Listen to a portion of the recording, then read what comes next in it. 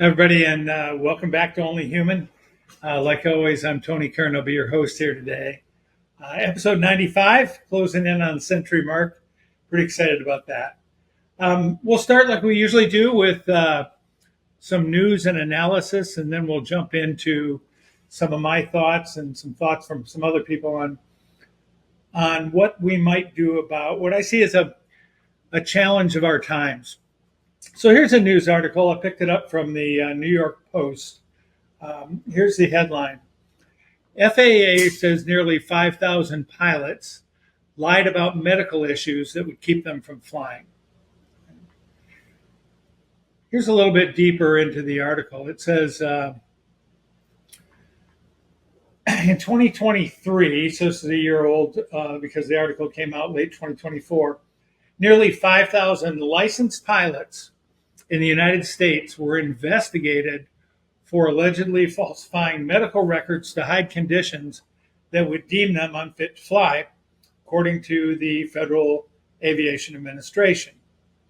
The pilots, all military veterans, are accused of concealing serious health conditions or mental health disorders to the FAA, even as they reported them to other officials to collect disability benefits, the Washington Post reported.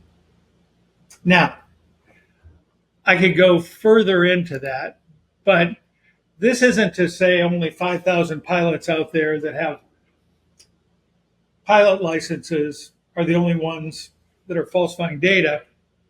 There's probably tens of thousands or more. The interesting thing about this one, first of all, is kind of a low IQ test, right? If you're reporting to the federal government that you have certain medical conditions, be they physical or mental, in order to collect disability, and at the same time, just kind of reporting to another part of the federal government, the FAA, that those conditions do not exist and have never existed, that's just not very smart, right? Just not very smart. But beyond the IQ issues and the dumbness issues, I think lies what I want to talk about today. And that's just a lack of personal and professional ethics. So what I want to do is I want to take a deep look at professional ethics. That makes a lot of people nervous, right? Especially makes a lot of people nervous when I say the next thing. I'm willing to talk about my professional ethics if you're willing to think about your professional ethics. Lots of people like to discuss ethics in general terms. No one really likes to talk about it in personal terms. That's why we get to talk about it in general terms, because there's still a lot of poor professional ethics going on, as we just saw in that recent article in the Washington Post. So many years ago, when I started writing the book Going Pro, The Deliberate Practice of Professionalism, I was analyzing what true professionalism actually meant, and I ended up with multiple sub areas.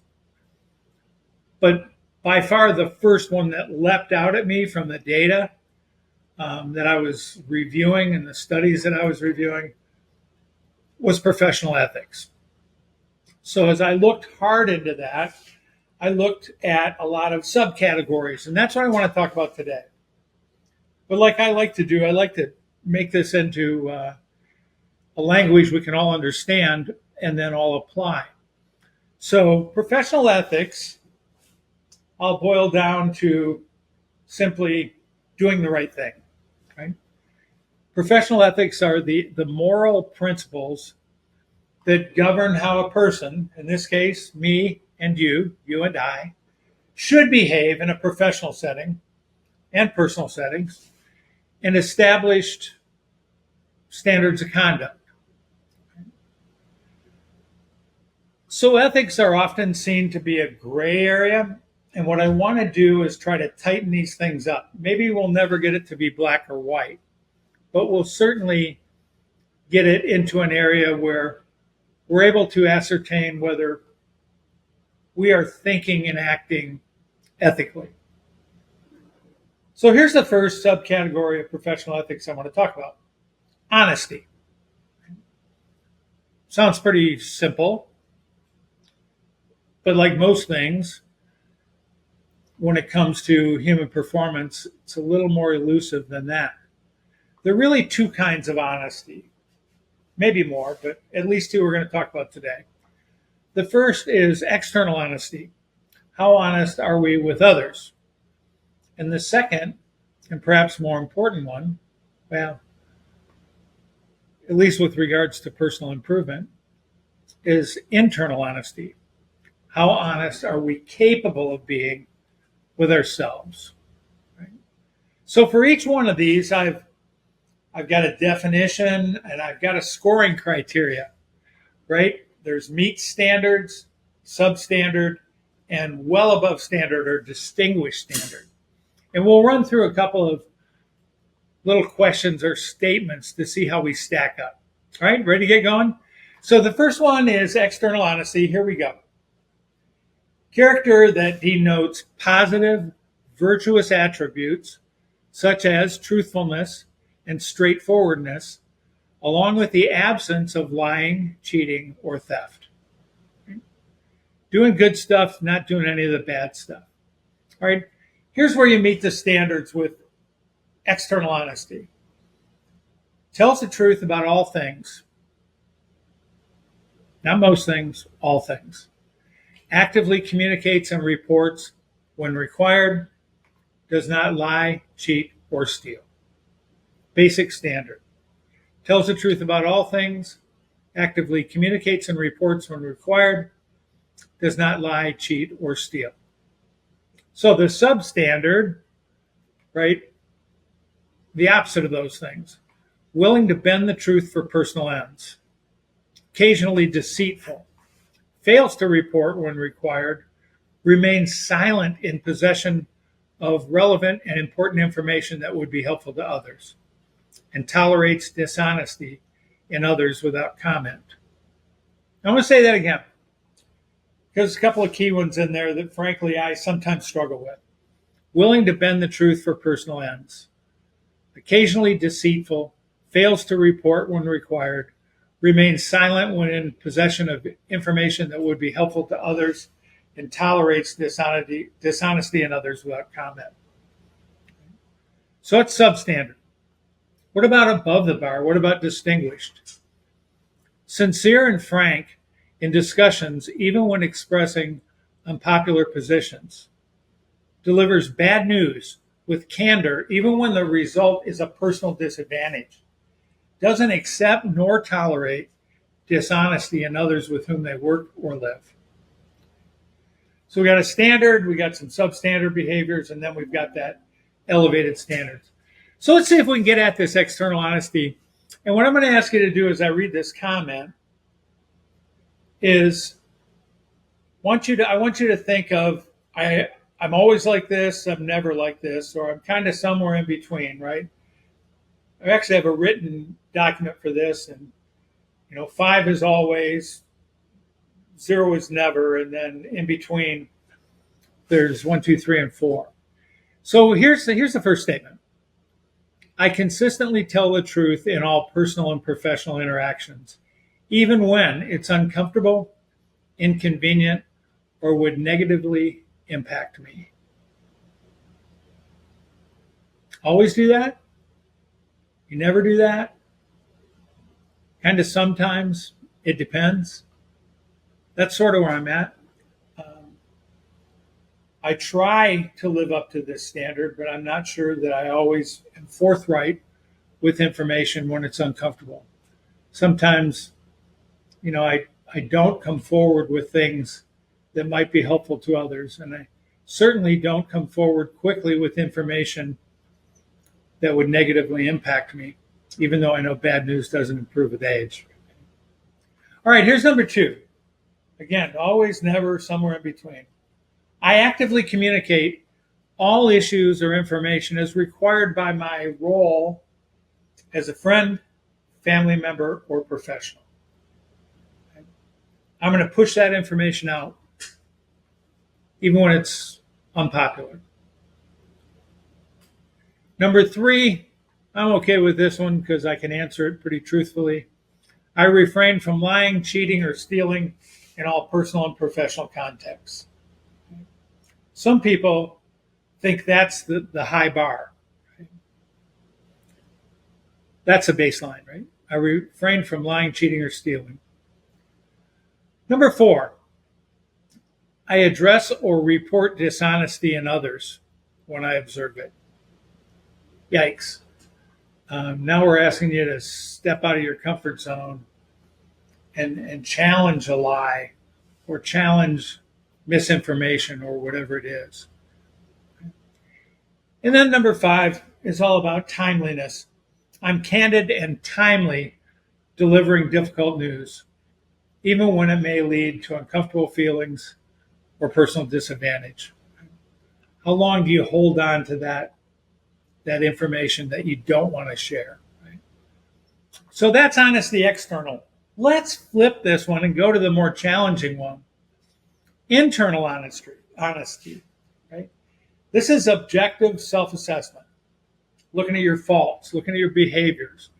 And it requires the ability to recognize your ego and self-deceiving mental states so that we can accurately assess where we need to get better, right? So standard is reflects honestly on personal performance and behaviors, acknowledges mistakes without defensiveness, identifies areas for improvement with clarity, and seeks feedback to enhance awareness. Right? Substandard, like I said, the opposite, avoids self-reflection or dismisses personal faults, tends to blame, deny, or rationalize mistakes, shows defensiveness when receiving constructive feedback, allows ego or self-deception to skew self-assessment. What about that really, really high bar? Proactively seeks self-awareness through regular reflection and external feedback, using insights to drive personal growth. Recognizes and mitigates ego-driven biases, openly admitting limitations to others to foster trust and collaboration. All right. Here's the 5 quick statements to see how we map against that. I regularly reflect on my performance and behavior to identify areas of improvement. Sounds like we should all be doing that. I wonder how many of us actually spend time doing that. Number 2, I'm open to receiving constructive feedback from anyone without becoming defensive. It's a tough one, isn't it? Some people we might listen to. Other people, it's like, oh, that's just another attack. Right? Number 3, I can accurately identify my strengths and weaknesses without letting my ego get in the way. I certainly cannot do that all the time. Try as I might, right? Number 4, I seek constructive feedback and external perspectives from colleagues, friends, and family members to enhance my self-awareness. And finally, the last one, I openly acknowledge my mistakes. That means openly meaning to myself, because we're talking about internal honesty here, and use them as opportunities for growth. So honesty, external honesty, internal honesty. Is that it to professional ethics? I don't think so. The next thing we want to look at is integrity. It's a weird thing because a lot of people think integrity and honesty mean the same thing. They do not, right? Integrity is the bond between your principles, your words, and your deeds, right? So if your principles are not good and your words and deeds map to those not good principles, you still have integrity, right? You might be a despicable person, but you're one with integrity, right? You can be dishonest and still have integrity. Now, that's hard to get, right? But words mean things, and integrity means the bond between your principles, your word, and your deed, right? So the standard is behaves in a fair and ethical manner at all times consistent with their personal principles, shows consistency between words and actions, behaviors and actions directly visible to others, would be considered appropriate by peers and supervisors who shared your principles. Distinguish integrity, ironclad follow through on commitments and promises. Your handshake is as good as a legal contract, seeks opportunities to mentor others in integrity, using examples to discuss and promote ethical behavior. Substandard, often makes empty promises, doesn't follow through on all commitments, does not demonstrate consistency between what they say and what they do, fails to model high standards, and tolerates poor integrity in others without comment. So again, we can drill down and drill down and drill down into these. So here's the 5 statements, always, never, in between.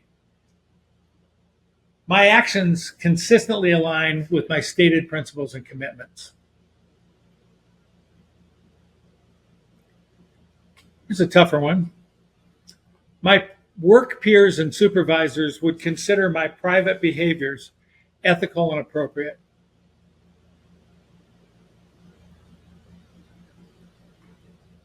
Number 3, I follow through on promises and commitments without fail.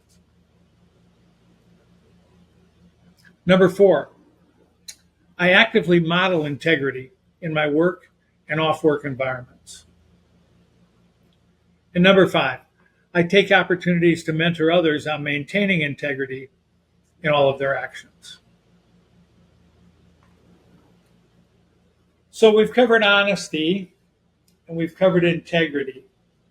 What else might be part of professional ethics and what role might it play? Well, we have a couple more. Number 3 is loyalty, right? Faithfulness or devotion to a person, a principle, or a cause. Again, much like integrity, this doesn't necessarily always end up being a good thing. You can be loyal to someone, so loyal to a teammate, you won't correct them. You'll cover for them when they're not doing good work or when they're doing something inappropriate. So loyalty applies between people and their principles, people and their organization. So there's different types that we need to think about. It means being faithful to commitments and obligations to others as well as your organization. Gives employers or customers due respect and an honest day's work. Shows up on time and prepared for work or appointments. Distinguished loyalty puts service before self, going above and beyond what's required to support others. Consistently loyal to both people and principles as well as their organization. So it's all linked up there. Substandard, misplaced loyalty, personal agenda supersedes the needs of others, or lack of allegiance to an organization, someone who will take a shortcut for personal convenience. So before we go into the 5 statements, I want you to kind of do an always, never, in between. Let's reflect back to the 5,000 military veterans who are claiming disability for something they said they didn't have to another part of the government. What were they missing? Obviously, they're missing honesty because they're lying to somebody. Either they're lying to the VA about their disability or they're lying to the FAA about their lack of the particular condition. They have zero integrity, right? Because integrity means commitment across all these lines. You can't say something to one person and something to another person or organization that are diametrically opposed and have integrity. And when it comes down to loyalty, how are these people being loyal to anything but themselves and perhaps, maybe their families, if this is what they had to do to make a living, lie to the government. But you can see how this one example that we used to kick off the webinar can get so twisted so quickly. So, all right, let's get back to loyalty. Here's my 5 self-evaluation statements. I consistently honor my commitments, all of them, to my team, organization, and customers. Consistently and all of them, right? That's a tough bar to meet. Here's number 2. I prioritize the needs of the organization, team, or coworkers over my personal agenda or convenience. When you're loyal, you become smaller, they become bigger. Right? Number 3, I struggle with this one still, but I'm working on it. I'm punctual and reliable in meeting work and appointment obligations. Number 4, I demonstrate devotion to organizational goals and principles in my daily work. We all know that guy or gal out there that forward-facing to the boss there, I'm all in, boss, but as soon as the door closes, they're whining, complaining, and undercutting the agenda of the organization. Their ethics break down right here on loyalty. And then number 5, this idea of service before self, others before self. I go beyond the minimum expectations to support colleagues, family members, or the organization. So that's loyalty.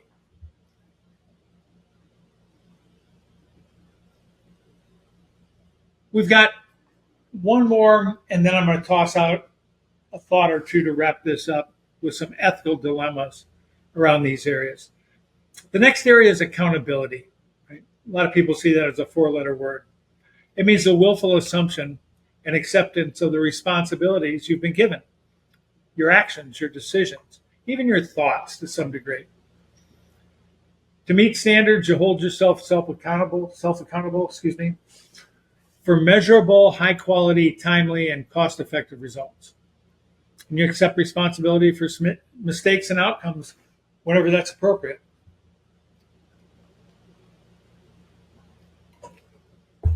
Distinguished is holding yourself and others accountable for measuring all those things. And accepting responsibility for team mistakes, even when it might not have been exclusively your fault. And then when it comes to accountability, substandard behaviors are failure to be accountable for results, making excuses, blaming others, or outside circumstances for things that were within our control. That's a refusal to accept responsibility for things that you had control over. So, 5 statements. Here we go. I take full responsibility for the quality and timelines of my work and life outcomes. Number 2, I willingly accept my mistakes, admit my mistakes, and take corrective actions when necessary. Number 3, I hold myself accountable for achieving measurable high-quality results and will point out when I do not. First thing I can say, yeah, I hold myself accountable, and then say, oh man, this work I just did, it's late and it's not very good. And I need to be able to fess up to that, right? Because whether you know it or not, other people look at your work, they know it's late, they know it's not high quality. So the best thing you can do is say, hey, I apologize. I wasn't my sharpest Tony today. Right? And that'll at least keep you accountable. Number 4, I contribute to team accountability by addressing issues within my control and influencing issues where I can that are outside of my control. So things that I can control, I do. Things that I can't control, I try to influence in a positive direction.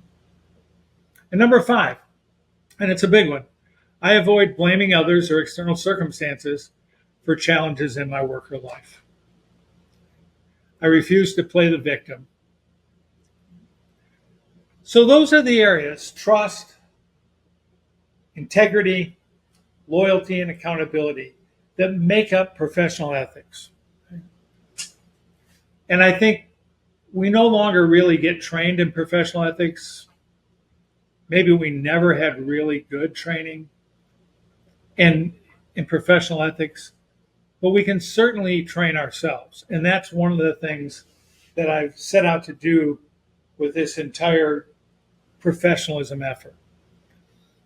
But I think we ought to wrap up by looking at how challenging this can be in the real world. And I call this section ethical dilemmas.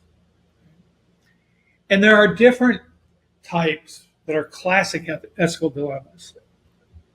Here's one: justice versus mercy. This person I know who I work with really, really needs the job. He's got a big family. One of his children are sick and need medical care. And I see him taking some things home from work that he shouldn't be. Theft. Okay? Justice says, turn him in. Call him out, turn him in. In order for you to have external honesty, you need to do that. But the merciful part of us says, man, I understand where this guy's coming from. I'm finding it really difficult to pull the trigger on this one. Similar is one called truth versus loyalty. In this one, maybe somebody who is a mentor of ours who brought us into an organization is suddenly slipping up, and you're having to fix things for them and maybe even lie for them on occasion. Because, hey, they mean something special to you. You're immeasurably loyal to these people. But in so doing, it's challenging your honesty again and truthfulness. So that's the second one, truth versus loyalty. I'm not saying there's an answer in these dilemmas. I'm just saying you're going to encounter them. How about short-term versus long-term? Right? If I bend the rules now for the greater good in the future, is that okay? I mean, we hear it all the time, the ends justify the means. If I have to lie, cheat, and steal in order to have all of us keep our jobs, then shouldn't I lie, cheat, and steal? There's some things we can dissect there. I mean, we don't have a lot of time, but I'll just say, whenever you make that rationalization, end justifies the means, you're changing the ends because you don't really know what your dishonesty or disloyalty or lack of integrity will do to the end game. You've constructed it in your head, which may not map to the real world. So I'm always a long-term thinker. And when it comes down to an end justifies the means, that's when my side guards go up pretty high. And then here's another one, individual versus community. Right? There's an old Star Trek one on this, right? What's the phrase? The needs of the many outweigh the needs of the few. There's whole political movements around this, right? Does democracy mean that 51% of the electorate can dominate and tyrannize the other 49% because they've got that majority? That's part of the individual versus community, a little bit bigger than that. But is there ever a time when the needs of a single person outweigh the needs of the family? Maybe it's you. Maybe it's someone you love or care about so much more than you care and love about the community, the organization, whatever it is. So these can be really, really difficult. And there's probably a dozen ethical dilemmas, but I've listed 4 for you. Justice versus mercy. Truth versus loyalty. Short-term versus long-term. And then individual versus community.